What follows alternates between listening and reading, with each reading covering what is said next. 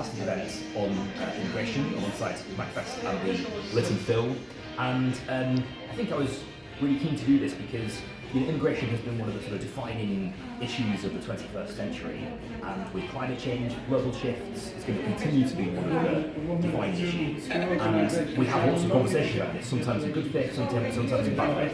And I think it's important that we bring people together and we have robust, interesting conversations that give people the space and the time to tell their stories and to explain to them what this issue, this subject means to them, and how it shapes who they are as a person, how they interact with others, and how we build our communities. And all of that is in this conversation about immigration. One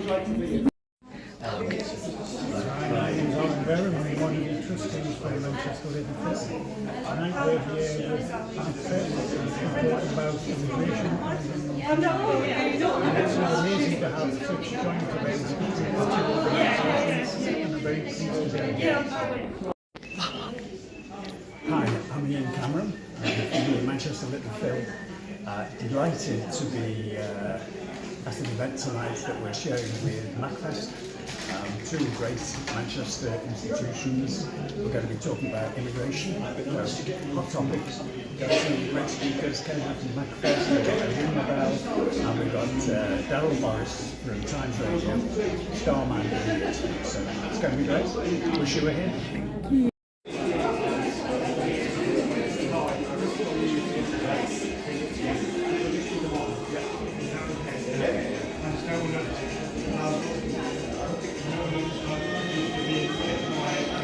Manchester Libraries, MACFEST and Manchester Living Film are really excited to welcome you to this special event at Central Library tonight. But this is a really unique event, and I'm something of a first. It's a collaborative project bringing together three organisations: MACFEST, Charisma and the Manchester Living Film. MACFEST is the Manchester-based Muslim Arts and Culture Festival, which is ongoing as we speak. Charisma, or, I hope I've got this right, the Community Alliance for Renewal Inner South Manchester Area, works to improve the life chances of disadvantaged young people in Manchester. And their Peace Week finished just about 2 weeks ago. And the Little Phil has been broadening minds and widening horizons with lecture programmes and other events in the city for on the part of the Little Phil to widen our reach to as many of the diverse communities in Manchester and beyond as possible. And that keenness was largely prompted by research that we commissioned a few years ago into the early links various society members had with the transatlantic slave trade history, but important that we are as aware of it as we can be. We've therefore been trying our best to build on that research as a means of addressing the legacy of slavery in the present. So it's about looking forward as more than looking back. And this event is just one element in that process. We've been collaborating with MACFEST and Qaisra for several years now, and we were delighted and honoured that both tonight's speakers agreed a couple of years ago to become official patrons of the society. Thank you very much. Welcome. Lovely to see. I'm going to keep sort of turning myself in that direction to make sure that you can see. I can see you and you can see me. Thank you for being here. It's really a pleasure to host this and to be in your company tonight for what is a really important conversation. Immigration is one of the defining conversations of the 21st century. With climate change and social change and shifts in the way that we move and live and communicate, it is going to continue to be one of the defining conversations of our communities. So, in that spirit, we're going to have a really interesting conversation tonight. Remember, Qaisra, thank you so much for being with us tonight. I really appreciate it. Qaisra, I'm going to start with you and a question that is so painfully basic that it's going to sound a little bit like I was just dragged off the street 5 minutes ago to host this event. I was genuinely booked a few months ago, and I've got lots of more sophisticated questions to go. But I'm going to start with, what is immigration? Okay, what is about immigration by taking a quote from a newspaper that I came across last week, which puts it in context, the immigration rates at this moment in time. It said the number of migrants applying for visas to Britain has decreased by more than a third over the past year, in a sign that net migration is set to fall. And the reason for this invited to come here and are still being invited to come here and work, reside. And on that note, Qaisra, I wonder if you could perhaps give us a bit of a sense of your story and the role that immigration has played in your life and your family story. Okay, yes. First of all, I totally agree, and I was going to mention it myself. It's definitely a two-way story, absolutely. Thousands leave for jobs, thousands leave for better lifestyle to Canada, to Australia. And in my own family, guess what? My eldest son is in Dubai. He's left England. He's there for 10 years and will have a wonderful time for the rest of his life. So people have chosen to go. So we need to address that. Equally, people leave here. It's not just people rushing to England. So my story, I will need to take some time. It's always good to share one's experience, to contextualize it. And I'll mention mine, my father's, and my mother's, because they're all different experiences. And as Arima said, we came for a legitimate reason. We were invited, exactly that. I might have well linked in the next thing. One of the reasons people are here in the UK is the historical links. And you might have heard this saying, we are here because you were there, right? So why were the Pakistanis here? Why were the Indians here? Well, only because India was ruled by the Brits, colonized by them. So when the war happened, Second World War, there was shortage of labour, they needed people, West Indies. They needed India and Pakistan. My father, the eldest son of his family, the best loved son of his dad, the one who had the most wonderful education, suddenly picked up a voucher from his friend, and he decided to come here. So that's his story. His father never forgave him because his favourite son spent a lot of money on him, invested that, and suddenly he wants to go off somewhere else. And my father was saying, look, it's for better living, it's for good lifestyle, the money I would make is better. So my father came, 3 years he lived on his own, and this was in the mid-60s, like many others. It was a negative experience. So remember this always, with migrants, positive is just one aspect, 70% is negative. They have a terrible, terrible time. You lose your family, they're back home, your grandparents, your parents are missing you, you live in the most shabbiest condition going, in the worst area, and then of course I'll talk about my experience. So he came, what did he do? He threaded the mills, first job. And like everybody else there, he was working in law firm, and he's threading somebody's thread. And his dad was never forgave him for that, but it didn't matter. Then he found another good job and came to Manchester, worked in post office. That changed our world. So his life is like that of many migrant men. They came here to make a living, they worked their socks off, my father did, like many others, looked for overtime, post office gave him time, he worked, gave his children a good education, moved them on into education, had a good standard of living here and sent money back home. That was his role. And it happens both ways. It's not a one-way street. It happens both ways. Yes, there is illegal immigration. I have to remember which word I'm using. There is illegal, but there are, there are already existing proper structures for immigration to happen, and that's what most people use. So you feel that a lot of the conversations that we have, they're lacking that context? Is that yes, it's right? Definitely lacking context, because all we hear around immigration at the moment is the people coming over on the boats, over the channels or wherever they will end up. But that's all we hear. And then at the same time, you're also hearing, you hear about the people coming over on the boats, and they're the ones putting a strain on the NHS system, and they're the ones taking all our jobs. What jobs? First of all, and even people that come here legally, who seek asylum legally, they are seeking asylum legally, but all they are given to live on, I think it's less than £7 a day, is what they have to live on. They're not allowed to get jobs. A lot of them want to get a job. They want to earn their own money, but they're not allowed to. So just in terms of where the line is then, do you reject that premise? Do you sort of reject having that argument about immigration being linked to NHS resources, etc.? Yes. And I would have the argument though. I wouldn't reject it. I'll have an argument. You take the argument on? Oh yes, I'll take the argument on, because it's about, like I said, it's about educating people what's really happening. And it's a whole different political conversation about the strain on the NHS. There's not enough money going into it. The Brexit thing, asking people to leave. That's why we now have a whole strain on our NHS system. It's not to do with all the different people that are coming here to this country at all. And Qaisra, the MACFEST was sort of born out of, has an interesting origin, doesn't it? And I wonder if you could just reflect on that just for a moment. I will, but I want to go back to one or two things to contextualize. Yeah. I feel so strongly about this subject, and I'm so glad you had this subject. It lets me get my angst out, so to speak. You'll sleep well tonight. You feel better. Yes, imagine the students are invited to the university, they're migrants, but invited because they want a degree, just like any other country, right? And they have a family with them. You can't live without a family for 3 years. So they're legitimate, right? NH workers, the care workers, the doctors, they need them. Who else would do it for them? And then, of course, there are others. So every single person who's here has a legitimate right. They're legal. And then they're still being stigmatized, still being demonized, and negativity and stereotyping of them is always there. I just want to give you a feel of what a migrant life is like. You contribute to the country, you provide a service, no matter what service it is, right? You've been legally invited, and the process you go through as a migrant is tough.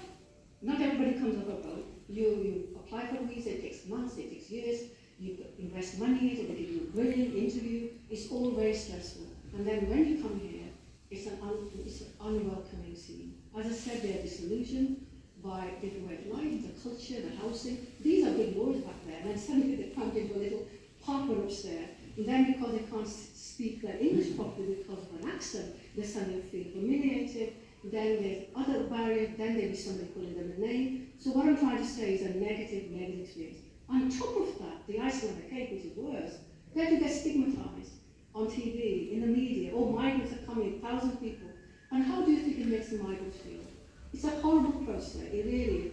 They should be admired, they should be welcomed, they should be received with humanity, with compassion. And imagine you're running from wars. What do? You're already fleeing from disaster, from warfare, and then you come here, and this happens to you. And then, of course, the other thing I want to talk about is the double standards, okay? When the Ukrainian war was happening, all the doors open, the schemes were there, the cupboard was there, everybody wished to house them in their homes. What happens if people of colour, from Asia, from Africa, the Gaza, why aren't the doors open for them? So this hypocrisy, this duality of approach to it, and then of course I feel strongly about the media people, how they whip up the politician. Every time there's an election, what's the easy route? Migration. Go for migration. On that point, can I just ask you a question? Because there was a debate that sort of reared its head over the course of the last couple of months about whether or not somebody who was a second-generation immigrant born in the United Kingdom or born in Britain was really, in this specific case, it was English. Rishi Sunak was picked out as the example, wasn't he? There was a podcaster on a podcast who made this point, and it got a bit of traction. He was asked, Rishi Sunak on the BBC, how he felt about that. How do you reflect on that idea, which is sort of being banded around in the mainstream, that you as a second generation immigrant, you cannot truly be British? I always ask people when they say that to me, what is British? Yeah. What is British? Is it the fact that I hold a British passport? Yeah. Does that make me British? A British birth certificate? Does that make me British? Then yes, I'm British. And if my children hold that and my children's children, then yes, we're British. Or we're English, if you want to say English or British. But however, like Qaisra, I would still describe myself. I'm a Nigerian born in Britain. Because that's where my roots are from, Nigeria. I'm a Nigerian born in Britain. But our children will probably say they're British because they're born in Britain. So they're British because they hold British passports or British birth certificates. For myself, I'm Nigerian born in Britain. Equally, if I was born in China, I'd still be a Nigerian born in China. I would hold a Chinese passport. Why is that? Why would you describe yourself as Kenyan? Because my culture is very important to me. My heritage, my roots, where I've started out from. Especially when I'm in a place where, as Qaisra is saying, I'm being told, go home. This was when I was about 6 or 7 or 8 years old and people were telling me, go home. I thought they meant go down the street to the house that I come from, in the morning, because I had no concept. I was born here in Manchester and I had no concept of anywhere else. So, when people are saying to me, go home, I thought they meant go to the house, And I'm thinking, well, yeah, but I'm going to come out tomorrow and you're going to have to go home again. So that's why it's important to me, because when I was taken home, and introduced to my extended family, saw the place where my parents were born, where they went to school, met my grandparents, because I didn't even know I had grandparents. That's really important to me. It's part of me, it's part of who I am, it's part of what makes me who I am today, it's my roots, it's really important. So that's why I describe myself as a Nigerian born in Britain. Also, for all those people that say, well, she thinks she's British, no, I know I'm a Nigerian born in Britain. So whatever British means, but to me, British just means the fact that you hold that British passport or that British certificate. I was keen to explore a sense of civic pride and civic responsibility. I'm going to point out your bust before the end, which people need to go and have a look at, don't they? This brilliant likeness of you. It's got an incredible story attached, which is linked, intrinsically to your role in the community, because you founded MACFEST in the aftermath of the Manchester Arena Mall. In the Moss Side area at the time, South Manchester, say. And I suppose, again, it was the fact that I was fed up, we were fed up of being stereotyped, because that was stereotyped coming again. And especially, if you're you talk about othering or othered, if you're black, as in, my skin tone, it's very easy for people to point you out or sideline you and push you aside, and stereotype you. And there was a stereotype, back then that, all black males, if you were young, black, 6'2", wore black and wore a hoodie, you were a gang member and you carried a gun. That was the... Just to go back... racism, I just want to reflect on that. It's across all communities. So it's not just white and black. It's within communities, and I think we all need to tackle it within our own. It inflicts a lot of suffering. It's a form of injustice, but also it divides communities. So really having cohesion at every level is very, very important. And for me as a Muslim, it's very, very important, because the Holy Quran, the Holy Book, actually teaches us that from day one. It says, we have made you tribes and nations, so that you may get to know one another. This is the heart of Islam. So that you are connected, you should remain connected. And then the other verse somewhere in the Quran says, A white person has no more superiority than a black person, and a black person does not have superiority over a white person. So it's a big issue for everyone, every single community, and often it's the minority community being racist against their own different communities. So it's something that we need to do. And to go back to the civic pride, yes, the migrants, 99%, they're the best citizens of the world, I'm telling you. Especially my dad's generation, I don't know about the new generation. These are the law-abiding people who just worked as stuff, who behaved well, who were polite, who did nice things, not down to the wrong side of the law. So I just feel we have a lot to be proud of in our own contribution, but then never forget that England has done a lot for us as well. I never forget my husband had a heart attack at the age of 32. And you know what? To this day, I thank the National Health Service. I know they're being slacked up all the time, but they saved my husband. So we have benefited in a lot of ways, and we have contributed in a lot of ways. And I would not like the 5% of those illegal immigrants, the boat people, to sort of what's the word, hijack the whole immigration problem. And immigration generally is controlled, you know that. Every country has its own border, simple as that. They close it, they have systems in place, like visa to get you in. Imagine you're in a house, my house, and who will enter through my door? I will enter, my family will enter, my friends will enter, and some of our colleagues will enter. Here is compassion is needed, humanity is needed, and to always see the context. And the discussion we always have is always housing the immigrants, they're in hotels, taking away jobs, or the boats, or whatever, but that is not a reality. But people can only understand that if they know migrant people, hear their stories. Hopefully we have raised some of those issues. And only then you can see what is the real situation. And the migrants have contributed an awful lot, whether they're Irish, the Polish, the story pickers from Albania, the Polish who do upper houses, the doctors. I mean, the whole system would collapse. So why do they forget all of this and just demonize us? You know, immigration, it has helped and it has been needed. You know, I think, is it probably before my time, post-World War II? You know, when they called people, you know, to come and help rebuild the mother country, because most people came from Commonwealth countries. Nigeria was a Commonwealth country. You know, so people came from the Commonwealth countries to the mother country to help rebuild the mother country. So, you know, if not for the migrants coming, Britain would not have been rebuilt.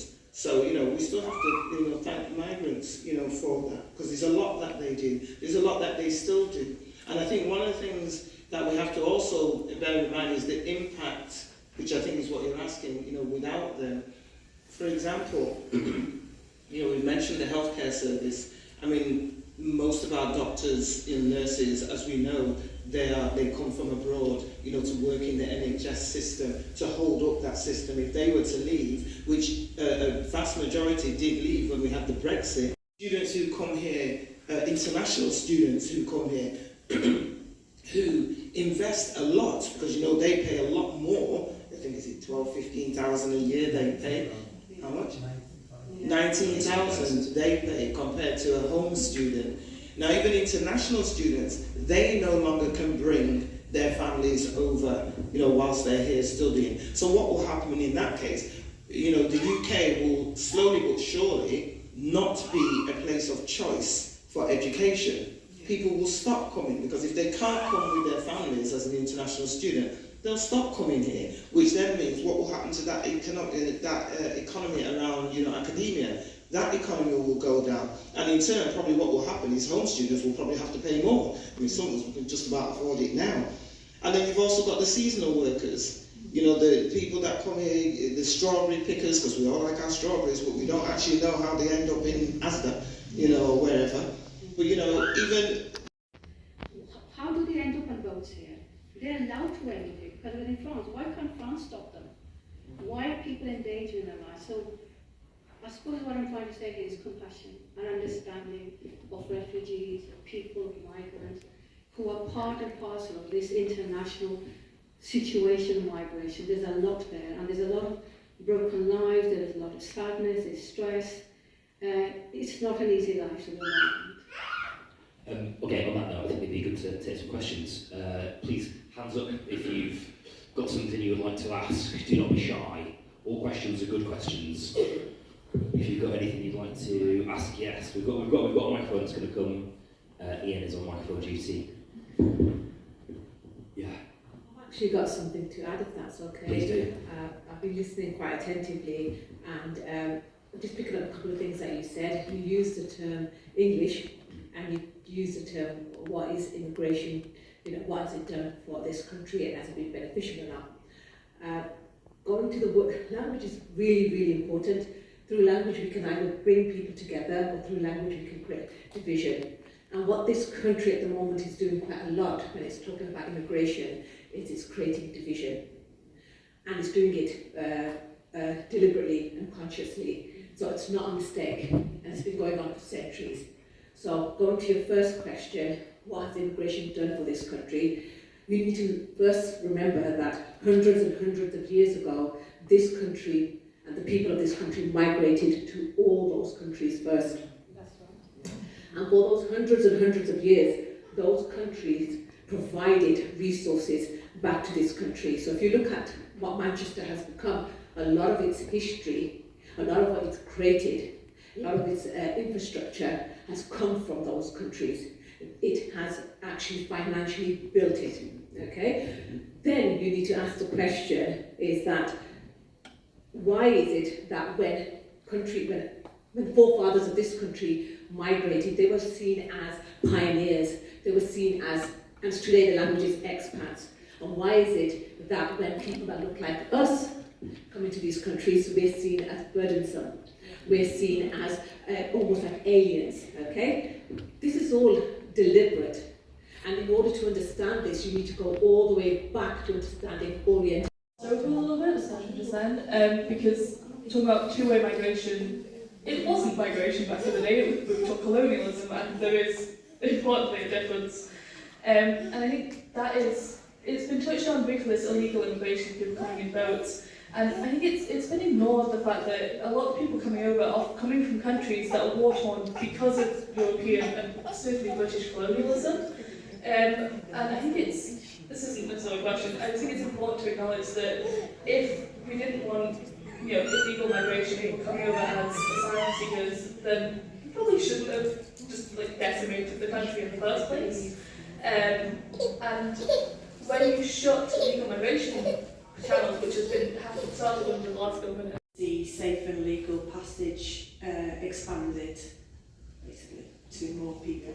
I mean, why not? And I think it touches back on something that this lady was saying, because a lot of the people that are fleeing their countries and wanting to come here, it's because they are fleeing war and persecution in their own countries, which most often than not has been caused by the West. That's why they're leaving anyway. So yes, if we have safe and legal passage to come here, I think it will definitely stop those people who are trying to come in, I don't know if you want to say the back door or the boats or however you want to term it, but at least it will slow it down so that people can come here legally and get here safely. A smaller class near a home in an island. So this is a debate that's been going on for years.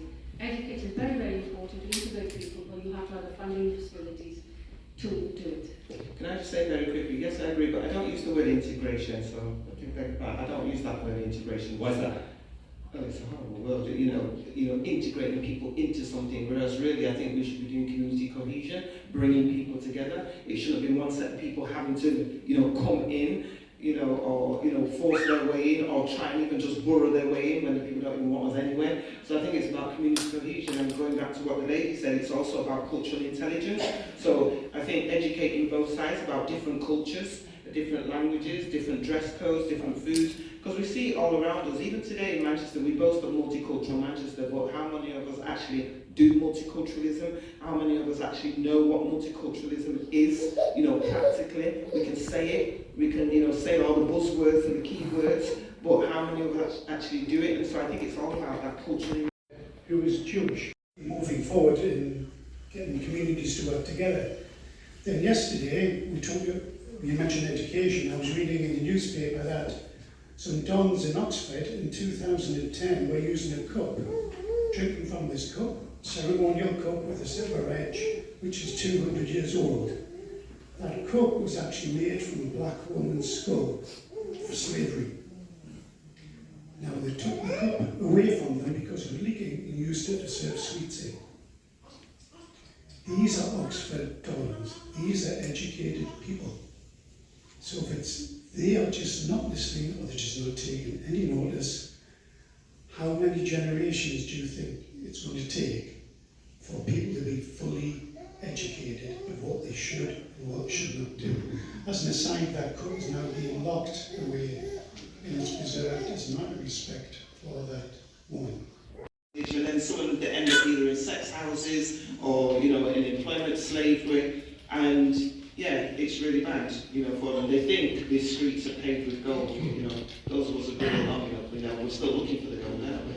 Yeah, we've got just invested a lot of money in them, but then at a human level, they want to stay here. They say, oh, I've got a good job here, earn more money here, the children are settled in their school. So there's a dilemma for the people, but looking at a bigger picture, it is definitely a loss of skills. And that applies to many, many countries, absolutely. And then I agree with what you mentioned about you know, people who are not sure, I've heard stories where they might have sold a house to give to this trafficker to get them out there. And on the way, they either die on the river or they've been smuggled out, and they're tragic stories, it really is. And that's the shame of it all, that it's the traffickers we need to deal with, it's the border security. If the traffickers weren't there, these people would give up their livelihoods. You know, they're very tragic stories there to tell them. It's 7:40.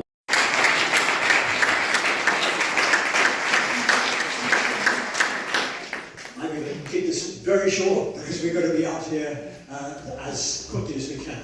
But again, my thanks to everybody, both Erin and Qaisra, but also Darryl for keeping tabs on everything and controlling.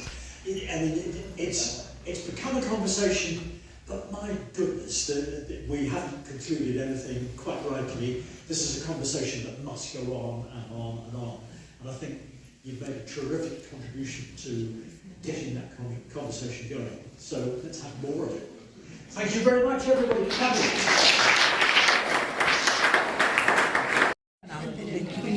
What I'll do is I'll find you and I'll this is really good. How long have you been writing? Oh my God. It's been a long